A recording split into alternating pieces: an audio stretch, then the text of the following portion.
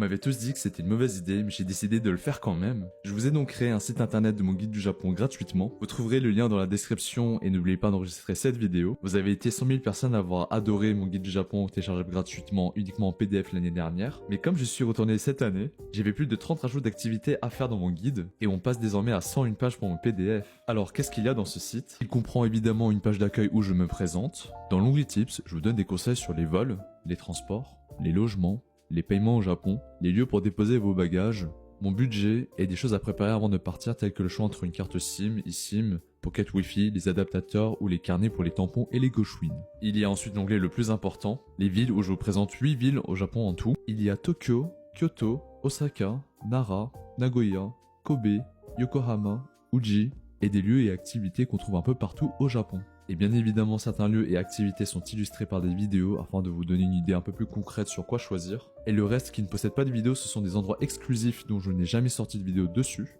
Ensuite, il y a la section bonus, où je vous liste des lieux où je n'ai pas eu le temps de visiter et que je planifie très certainement d'y aller à mon prochain voyage au Japon.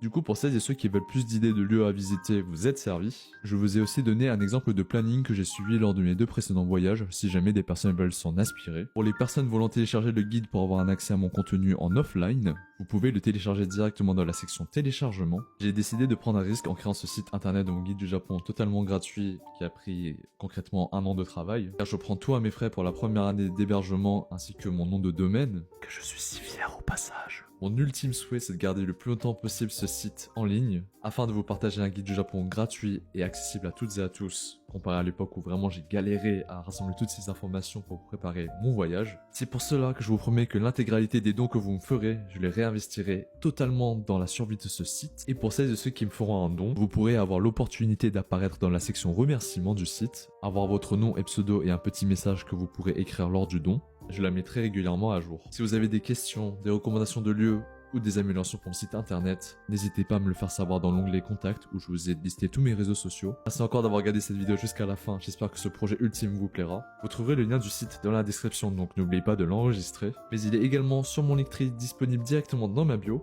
C'est la fin d'une grande aventure pour moi, je vais enfin passer sur un nouveau projet totalement différent que j'ai très hâte de vous montrer en vidéo. Encore merci infiniment et à très bientôt. Ciao.